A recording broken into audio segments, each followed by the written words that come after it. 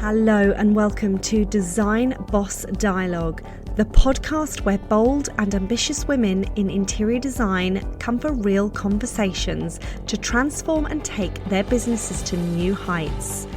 I am your host, Lisa Marie El-Khadraoui, interior designer and business mentor, here to share my experiences and insights into running an interior design business, as well as empowering you to build the confident, profitable design business you've been dreaming of and truly deserve.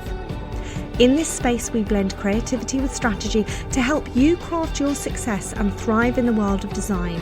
Every episode is packed with unfiltered, no BS conversations, daily inspiration, and actionable business tips to turn your passion into a thriving, cash-rich business. Together, we're redefining what it means to succeed in the interior design industry, one intentional, game-changing decision at a time. So get ready to step up, elevate, and create the design empire you've always envisioned. Welcome back. It is day 18 and we have another inspiring episode of Design Boss Dialogue, the Advent Calendar Christmas podcast. This is your go-to source for all things interior design and business. And over the festive period, we will be unwrapping gifts of wisdom, practical tips, and insider secrets to help you grow and thrive in the world of interior design. And today I am joined by Rachael Harding, the founder behind Rachael Harding Interiors, a design studio situated in Cheltenham, servicing the Cotswolds and further afield. And today's hot topic of design and business covers everything from our superpowers in design, playing to your strengths and supporting your weaknesses, through to cultivating a growth mindset in your design business, as well as even the untrained can be the most successful in the design world.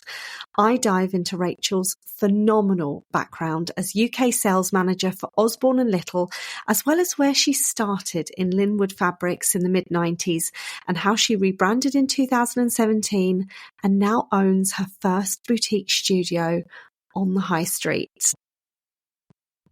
Welcome, Rachael, to today's podcast. I'm so excited to have you on to talk about the journey of your entry into the world of interior design and your background in hotels, fabric, soft furnishings, and everything that comes with that. Thank you, Lisa. I'm delighted to be here with you. So, talk to me about your journey into the world of interior design. Well, it was not straightforward, but what it was is I always knew I was going to go there. So when I was a young girl living in a sort of bustling sort of little Cornish town, we lived on a farm, but, we used to go into the town. There was an amazing sort of soft furnishing, beautiful fabric shop. And I remember seeing it and thinking, oh, look at that, look at those things. And that was sort of my literally that tiny window of that tiny shop was my tiny window into there's another world that I don't know about. I knew I wanted to be in it. I didn't come from a background where I'd never met an interior designer. I didn't know about interior design. It was just these beautiful fabrics on rolls where you could go and choose. It just seemed such a luxury and so interesting. And I want to know what that is. So that was my sort of beginnings of it. I then did school and A-levels and, I was bright enough to do sciencey things. I did do dressmaking on the side. My mum was an amazing seamstress. She used to make wedding dresses, bridesmaids' dresses, everything was homemade. When I had a room redecorated when I was young, she was like, come on then, let's go off to BHS or CNA. I'm showing my age now. Let's go and get something. And I was like, could we go to the amazing shop and buy some fabric? And, so she knew as the youngest of three girls, I was problem. I was expensive. So champagne taste, like the best of us. Yes. So I wanted, a fabric on the top and a matching trim and curtains in a coordinated, and we were off basically. Once Mum had made that to me, I was like, okay, because that felt so special. I had Pierre at the Clown. I loved my Pierre at the Clown, but this was a whole nother level of zhuzh. I love it. I love it. And do you know what? Those shops are almost like, I remember my first experience because I've come from a fashion background. And I remember my first experience of when I moved over to London when I was 18, of going to my first Aladdin's Cave fabric shop in London. And I think it actually was in Berwick Street in Soho, and stepping into those fabric shops and the buttons and the trims and the soft furnishings and just, like you say, fabrics on rolls. And you just feel like you're in this different world of, oh my God, I didn't know that existed. And when you get a taste for it, you're off. You're going other places. Yeah, most definitely. So I loved making clothes. Funny enough, I know you and I haven't really touched on this yet as we've got to know each other this year, because we've been on such an amazing journey together. But, that whole fashion tailoring, I've got jackets and suits and dresses that I made back then. And I've got one jacket I still wear. I made it when I was 17. And it's just that ability to take something completely unique. I think it's wanting to have that feeling of something being really special, and that has sort of translated sort of throughout my life and taken me on many peaks and troughs of sort of wanting this uniqueness. And it's definitely my driving force of not wanting the everyday. Some days I've wished I wanted the everyday and I could be happy with that in life, in work, but just wanting everything to be as good as it can be is sort of my why. Like, let's make it beautiful, let's make it tailored, let's make it really sumptuous, or let's make it a bit more fun and a bit more colourful and a bit more patterned. Like, what does the client want? So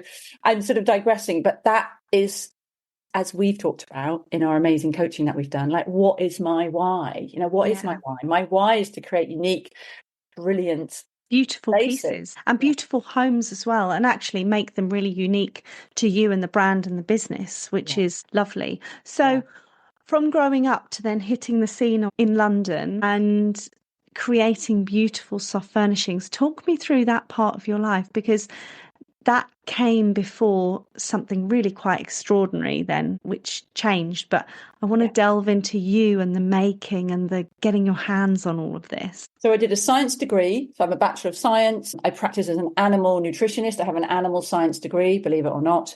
I practice as a nutritionist, and I got into the middle of my 20s and I was like, what am I doing here? Square peg, round hole. Very good training, like area management training, so many skills. I've listened to all the podcasts that you've done so far, and just even listening to like Kim talking about her transferable skills. I love that. I was the same. I had really organized, could organize myself, could organize appointments with clients, all that sort of stuff. Anyway, so I took that. And in the late sort of 90s, mid-late 90s, I went and worked for Linwood Fabrics, who were just setting up.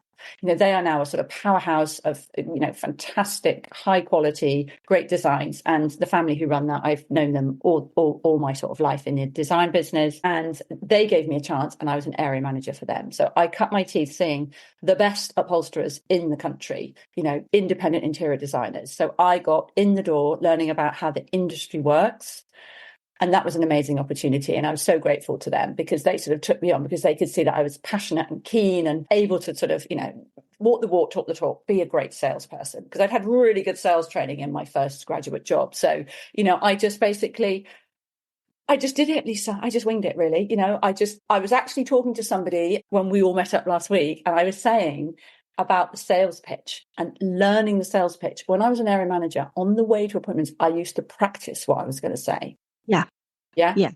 So when I went into soft furnishings and upholstery and all the Linwood fabrics, I had to learn everything there was to know about those fabrics, their composition, where they were made.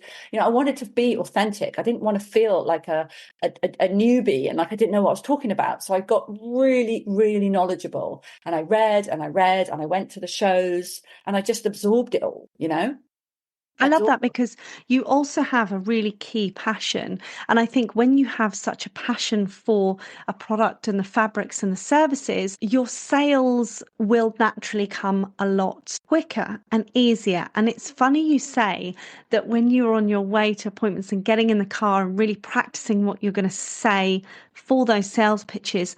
I've just come off the back of reading a really amazing book by Brian Tracy, The Psychology of Selling. And he says the top 5% of salespeople in the country they really G themselves up in the morning in the mirror for self-esteem, and they get into their cars. And whilst they're driving to their appointments, they're practicing what they're going to say. They're telling themselves that they are the best at selling that product. So you naturally, the minute you step out of that car in front of your client, you're ready to go 100%. You've got that smile on, and you are selling that product from a place of passion and love rather than going in and going, oh, I don't know what to sell. So it's really interesting you say that, because the top percent of people that are selling in the country, they do that. And that's something that I also teach in my mentoring, is you have to know your product inside and out, and you have to create the self-esteem to sell that product. And I think a lot of people are afraid, especially in our industry in interior design. I think a lot of people are afraid of it. I think they're afraid of sales. They think it's a sort of dirty word, and money, and, it's like ick. That's what, And I found it hard to begin with when I went into sales. I'd never imagined I would be in sales, but actually it taught me everything, really, about really that's just, if you can't sell, like, and you're an independent business owner, like, you can have all the other stuff, but you've got no clients, you've got no orders. Yeah. So I've always valued that start. So I was at Linwood, and then late 90s, the opportunity came up to join Osborne Little, and I jumped at that. So I moved lock, stock and barrel from the Midlands down to London. Didn't know a soul, didn't know the job, didn't really know the company other than its reputation and its amazing adverts. I don't know whether you remember its adverts back in the day. I had an interview and I got the job, and I was the UK contract sales manager for nearly 10 years at Osborne Little. And that was really, just being exposed to the best of design in the UK and internationally, because we saw all sorts of people. So in my role, I was responsible for all of the top hoteliers, hotel interior designers, again the furniture makers. That's sort of where my sort of background had come from. And so I really got to see great product being made out of the products that we were selling. So I really saw the designs translated into interiors. And I think there's a lot of people who work in the product business who maybe never quite experienced that. And I realized how much of a privilege and how lucky I was, because so I'd worked with like Hotel de Van, Malmaison, they were all coming up at the time. The biggest one, Ferndale Hotels. I'd get to go to the design meetings and show Kit Kemp and all her amazing team, much smaller team back then. But anyway, show them what we had. And then I'd get to go to an opening of a hotel and see our products, our wallpapers and our amazing trimmings and all the things that we were selling back then. And I get to see them in reality and think, that's how that works on a big scale. And look at that with that small scale with that. And I was just like literally mentally logging all of these interiors. So that when it came to me launching my own business in 2012, I was like, okay, what have I got to draw on? Oh my God, I've got all of this, knowledge and experience to draw on. So I came from a place of strength, because, starting your own business is a big deal. And it can be quite scary if you don't know what products to go to or what to do. And I think I love the fact that working in Osborne and Little and being able to see the products on a larger scale, how they translate, because I know when a lot of designers go down to the harbour, for instance, and they're flicking through pattern books, and they're A4 size books, and you're seeing a snapshot of that fabric, actually sometimes seeing it on a larger scale or how it's being implemented and used can be completely different, or how you might put 4 or 5 fabrics and trims together, and the creative thinking behind the hotel team and how they translate that into fabrics might be different to how you sell the fabrics. So it opens your eyes up as well as, oh my gosh, I can use it like that, which is amazing. And I think the harbour is such also a strong place for designers where they can walk into these showrooms and see sofas and cushions and ottomans and table lamps with trims on and all these delicious things that we just naturally want to go up and touch, because that's what we do. And I love that your sales and then being Osborne and Little has given you such an amazing grounding for then moving into your business. What made you want to come out of the industry, being in hotels and fabrics, and really start up on your own as a business owner? I was late 30s, mid 30s by the time I left London, actually. And I just couldn't do it anymore. I'm a country girl at heart. I loved the razzmatazz of London, but I just didn't want to work. I just didn't want to make money for other people anymore. And, Yeah, my parents are very entrepreneurial. They've always had their own businesses, and I always had wanted to have my own business. It was something I knew I wanted from a sort of flexibility point of view. Despite everything, like my mum was always there for us after school and pickups and all the stuff. She was, she is just a powerhouse. She's amazing. She's pushing 80, and she's still all over it. I mean, God, if I've got that energy at her age to be still doing it, just, hats off. But yeah, so I always knew I wanted to be my own boss. I wanted to be able to dictate what I did when, but also this thing of being this young girl in this shop and it was still in me, it was in me. I knew I had to do it. So I moved to Cheltenham, and then I freelanced as a designer in a sort of soft furnishing / upholstery business for a couple of years. And that was my intro to Cheltenham. Amazing opportunity. Met all the lovely people who had beautiful homes in Cheltenham. And then when I had my son in 2012, I basically thought, well, no one's told me about this, like what having a baby is like. Business. With all of my friends who'd all done it before. I had him when I was older than a lot of people. And I was like, okay, so we're going to have to do this. We're going to have to set up on our own. And I had an amazing client who I had worked on her beautiful house in Cheltenham. And she had heard I wasn't going back to freelance where I was before. And she said, come, bring the baby. Let's get going. Please come. And he was about 3 months old, and I brought him in the car seat, and off we went. So, always grateful to that one class customer who said, please come and, get going. Yeah, I love that. And now today you have an amazing high street presence. Talk to me about being on the high street. Well, that's exciting. So after 2012, I worked for a good 5 years, maybe. I worked for independent, people with their own homes. But I did a lot of work for a big boutique property developer in Cheltenham. So I do lots of beautiful show homes. The design directors of that firm, they were really into design. They were really pitching it at a high level. So that was amazing to be involved in that side of the business, in business, property development. And home building, and so getting into that area. And then actually in 2017, I decided I would rebrand, because my company wasn't called me when I first started out. I think there was a massive amount of sort of imposter syndrome going on, because, not classically trained, hadn't been to any of the big design schools, learnt it all on the job. And I didn't say, actually, when I was in London working for Osborne Little, I was still sewing. I was sort of moonlighting evenings and weekends with a great friend of mine who was also at Osborne Little, and we would make Roman blinds for friends and family in London. So we were often up a ladder after work, fitting, making. So in 2017, even though I'd had all this experience, I was like, I have to put me front and center of this business. And I rebranded it as Rachael Harding Interiors. Built a website, because until then I hadn't really needed one, because I'd had this amazing opportunity with the developers, and the developers recommended me to the home buyers. And so I just had a natural source of work, which was amazing. And again, just sort of so much experience gained of schemes and colors, and building up my library, building up my supplier base. And my supplier base now, I have to say, quite good. It is very good.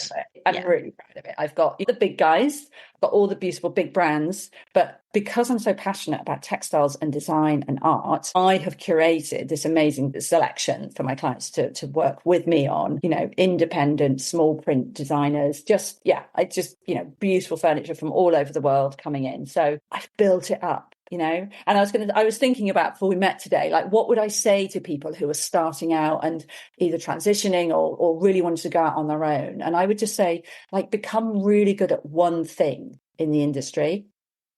Just like, not necessarily niche in terms of your look, but at this point, find something. So I was known by a couple of customers in Cheltenham as the curtain queen. What my designs of curtains, are not your average Joe's. I like a big, deep, beautiful border and some piping and, maybe a beautiful linen on the top. I saw some, which I installed last year in a project I did in Cornwall. I only saw them a couple of weeks ago. All the house now finished and installed properly. Honestly, they look like ball gowns. I love that. Can you imagine? Oh. They look like these beautiful tailored, but they're fun, and they're crisp. I don't know, they're all the words. And then we did these Roman blinds where I used the most incredible Pierre Frey braid in just the perfect color combination with this sort of livid green and this coral and full wallpapered room. And the client was like, look at this room. I'm like, look at this room. I love that. When you see the finished product. I get so passionate about it. Well, me and my lovely clients, who have a lot of repeat clients, we have this thing. It's called the tingle. Okay. Yes. Natalie, who's one of my clients, you won't mind me mentioning her, she coined it. This thing when we're doing something and then we see it installed or we see it all come together on a mood board and we go, that is it. Because there's so many options, aren't there? So many options. Yeah. Like, how do we narrow it down to what is really going to work and give you the aesthetic that you're looking for the house that you're living in, with the architecture, with the family you have, with how you live? And that fusion of my aesthetic and my insane library of experience and product and fusing it with the client's wishes, that is my source. That is my magic. Your superpower, because you have this most incredible background of fabrics and knowledge and soft furnishings, and also being a really good interior designer, knowing how to not only understand your client's vision, but then where to look for it and fusing the two together. It's a really difficult skill. And I think anyone in interior design, they think, oh yeah, I can do that. And actually, it takes a special superpower to be able to understand the knowledge and fuse and bring all that together. And you do that so well with your brand, and you do that so well with how you orchestrate. And I love the fact that, you say to new interior designers starting out, because there'll be an array of people listening to this, of do something really, really well. That is key. It's don't try and be all things to all people. So I have various services that people can hire me for. We can do 2D renders. I have an amazing friend called Sarah. She does all my rendering. I'm not skilled in certain, CAD things, and I don't worry about that anymore. I used to worry about it, but of course I can go on courses. I can learn all the different technology that there is. But my superpower, like I said, lies in other areas. Is one, I'm running my business, and that's, let's face it, 90% of what we do. I'm designing, I'm sourcing, I'm meeting clients. I'm always there at installs, obviously, because that's sort of key. Yeah. I'm working with all of my trades. I'm working with all of my craftspeople. I've got amazing craftspeople. Like, I have got the best upholsterers. I've got this one guy who can take an old, really crappy looking chair that I give him, and I give him a bunch of fabric and trimmings. And when it comes out, did one the other day, pair of Parker Knoll chairs. I gasped. I literally gasped. I was like, oh, look at those. Look at those.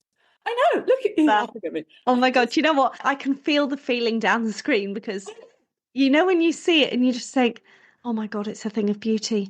How have you raised this from the dead? This is amazing. This is going further down. I didn't really answer your question about why I set up the studio. Anyway, I'm now looking forward. I love this conversation. I'm looking forward, Lisa, okay, because I want to champion craftsmanship. I want to champion skills and experience and sewing. I was looking around the other day to see who could we get into the team. Where would a new sewing person come? And I rang the local college and said, yes, speak to within the sort of sewing areas. Where are the people that are learning these skills? And they said, no one teaches that here at the local sort of hands-on tech college. So I was up in arms about that. Anyway, I've had to shelve that for the moment because, there's so many challenges I can take on right at this moment. Making, crafting, doing things really well. In this country, we've got some incredible companies that make incredible product. But then there's also like my one-man band upholsterer whose knowledge and skills, when he retires, there's nobody coming after him at the moment. And we've got to do something about that, because absolutely, my interiors that I create, I love new things. I love getting a sofa bespokely made for clients. You can choose, all the sit and the fillings and all the things that we want to make it. But I want an antique. I want a reupholstered something with it, because that is what gives it character. That's what gives it the joy and the not just a cookie cutter stamped out interior. But sometimes I wish I could do that, like just give everyone the same thing. But no, that's not unique. No. I want to touch base on a couple of things that we've just kind of mentioned there. One, the non-traditional way of going into the industry and the business and the imposter syndrome around this. Obviously, I'm like you.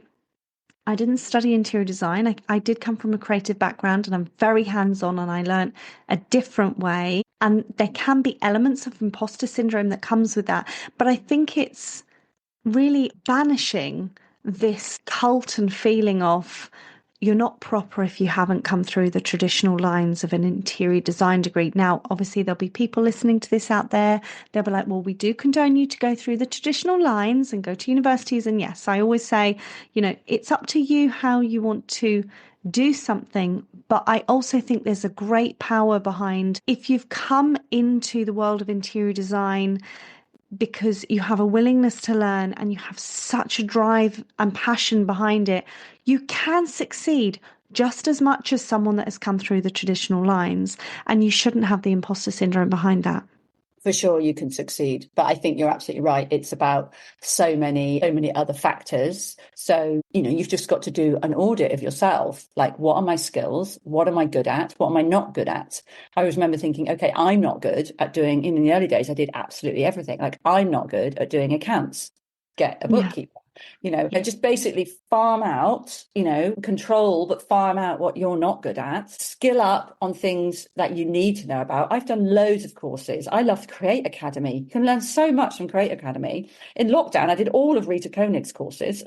Absolutely brilliant. Nina Campbell, who I used to represent at Osborne Little, she's since done one. Alidad, they've all done them. Just fill up your basket of knowledge wherever you can get it. But cultivating a growth mindset, isn't it? Growth mindset. And that was actually one of the things that I was going to come back to you to say is I've actually written here. I know this is not visual, but I have written on here, mindset is everything. I love that. And that is literally my mantra. And I've learned so much of that with you. And the journey I've been on with that, because I know that my mindset is the biggest thing that holds me back in my business. I'm really, really digging into that now because, I'm so passionate about where I want my business to go, where I know it can go, where the freedom it can give me, the creative joy it can give me. My strapline of my business, Rachael Harding Interiors, is creating interiors to love. For me, life is about love and life is about joy. And if we can help people create that in their homes, it's just such an amazing privilege to help people get where they want to go and create their joyful, loving spaces where they're going to live their lives. It's just, it's without getting too lofty, that is what it's all about. But in order to do that, we, the interior designers, have got to come from a place of knowing.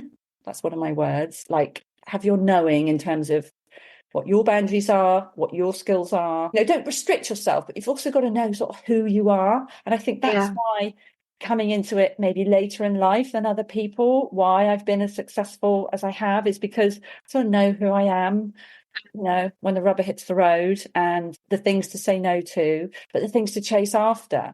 And going back to sort of people who aren't, trained, I think coming from my industry backgrounds with the products again, I was always aware of who are the best interior designers, who's doing what. And to this day, I keep a list of all my favorite interior designers, and like people like Rachael Harding, untrained, insanely brilliant designer. There's so many of them. I can't, I'm not saying they're all untrained, but I've got this list. And Ham Interiors, Studio Atkinson. I love all of these people's work. So for me, my time off, sadly, is to go on Instagram and see what everyone's doing.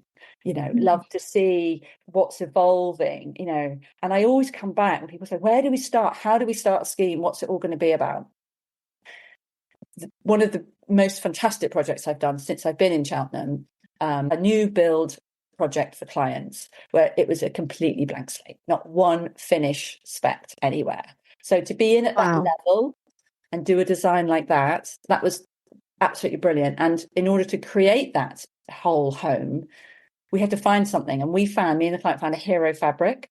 And that fabric let us go off in all the different directions we needed to do. It was an beautifully embroidered linen, and it had 5 colours and a vibe about it. And that set the tone for a whole house. So that was exciting in terms of sort of how I created that aesthetic with that client. But, everyone's got their way. Some people start with the art, but you haven't got the art. You've got to start with something. Yeah. You do. And I think touching also upon the strength and weakness within that, there's a huge thing to say. You don't need to know it all. And I think young business owners in their early days feel that they need to take the world on their shoulders. And I remember when I was working for a property development company, someone quite high up in a property company came in to see us.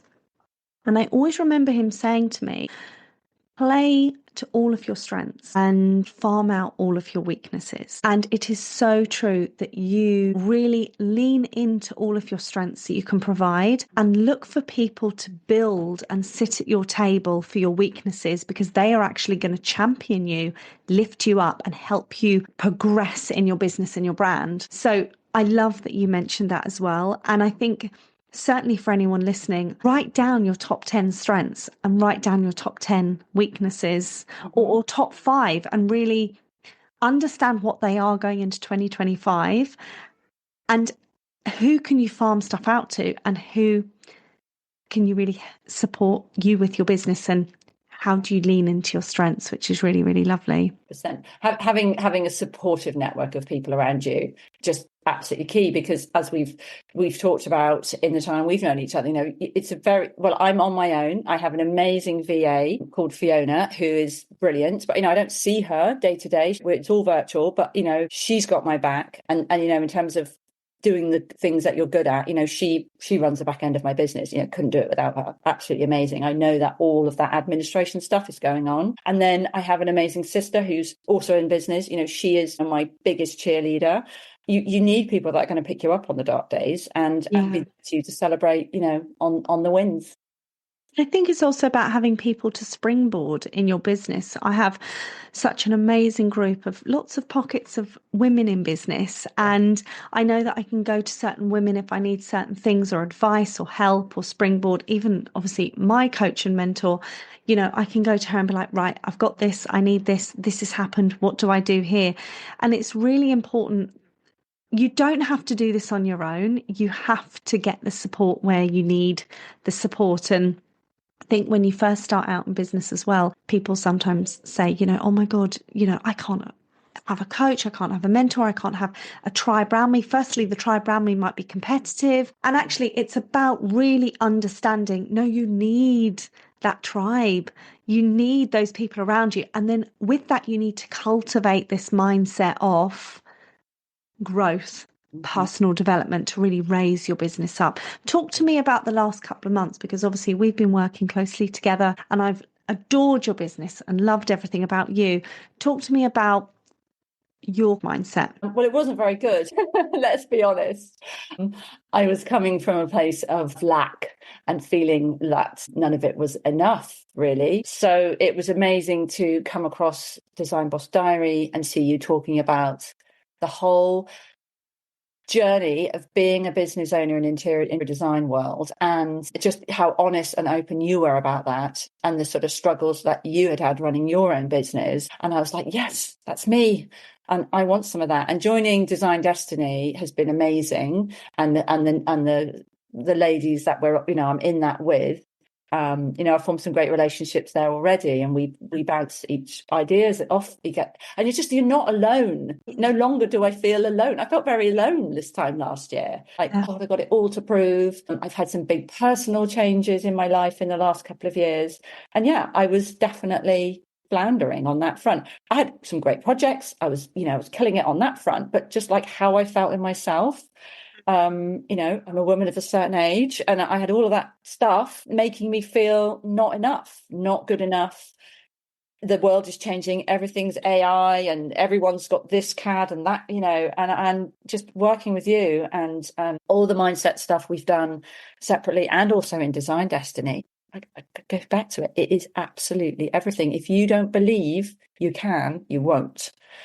If you don't believe you're enough, you won't feel enough. It's daily work, Lisa. It's daily work. 100%. Stay in your knowing, be yourself, get hold of your design genius, run your business, be a mum, renovate a house, be a daughter, a sister, a friend.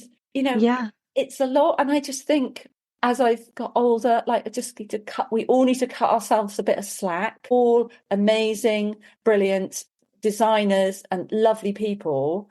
People want our services. My biggest thing, I don't think people know sometimes what I do, because I'm not very good at that at the moment, but we're working on that. About 2025 is your year to shine. Time to shine. Bless you. So excited about 2025. Literally don't want to have to think about it too much, because I get a little bit all bubbles up. But yeah, going back to the community aspect is so important, and that's what I wanted to create with Design Destiny, is a group of women that can go through a 6-month mentorship together, that then not only can I support and help build other foundations of their businesses in different places, but that they start to bounce off one another, and they chat and they communicate and they support one another, and know that I'm here at the helm supporting all of you, but then all of you are building your own community, and you're all building these little tables where you're all sitting down with one another. And I think that is the magic, because when you can build a community of women that support one another, it's so powerful. And that's the message also behind the mentorship and the company, that I don't want any woman to ever feel alone in the interiors business, because I remember feeling so lonely at the beginning. Everyone was like cloak and dagger. Oh no, you're not learning about my business. Oh no, we're not sharing that. No, definitely not disclosing that. And it's like, bloody hell, how am I going to survive in this world? And I thought, do you know what? I'm going to create my own community and my own world for women. So I love that. Love it so much. It's so powerful. Yeah. And we're all so grateful that you've stepped into your zone of genius and you're giving everything back to us. We feel very grateful, very lucky. I love that. Rachel, it's been so lovely to chat to you, so wholesome to chat to you today, and obviously learn a little bit more about your story, and for you to share to our listeners your story as well. But before we go, if you had 2 top tips to give to listeners, interior designers out there that may be starting out or wanting to scale, what would that be? Okay, 2 top tips. So I would say number 1 is get your vision, your strategy, and all of your sort of legals, get all of your back ends, as I call it, get it sorted. Yeah. Be clear on your services, detail them out, price them up, get help if you don't know how to do that. There's a very good mentor I know who could help you with that. But really? What's her name? Get really clear on your services, what you offer, and get your legals, and get really clear. Okay, that's my number 1 tip. And then number 2, don't try and do that alone. Join a community and be part of the new wave of interior designers, because I too have very much experienced that I'm not going to tell you how it works type of mentality. And interior design is a luxury service, there's no doubt about that, but there's the sort of old school interior design world, and they have got their circle of interior clients who they will use, because they all went to the same schools and they all went to the same places, and they will all stay there. But there's a whole new breed of people who want interior designers like me and you, Lisa, who are professional business women, deliver a great product at a great price, and be really clear that that's what you have to offer. But join a community of people, join a Design Destiny, do work with Lisa. There's some really great opportunities to not feel alone and not feel like, is this the right thing to be doing? Thank you so much. I love that so much. Thank you so much for joining the podcast today. And I can't wait to follow you more on your journey. And for everyone that's listening, Rachel's Instagram handle will be in the show notes so that you can go follow her, give her a little hello, drop her a message, and we can see more of your gorgeous designs and work in 2025. Thank you.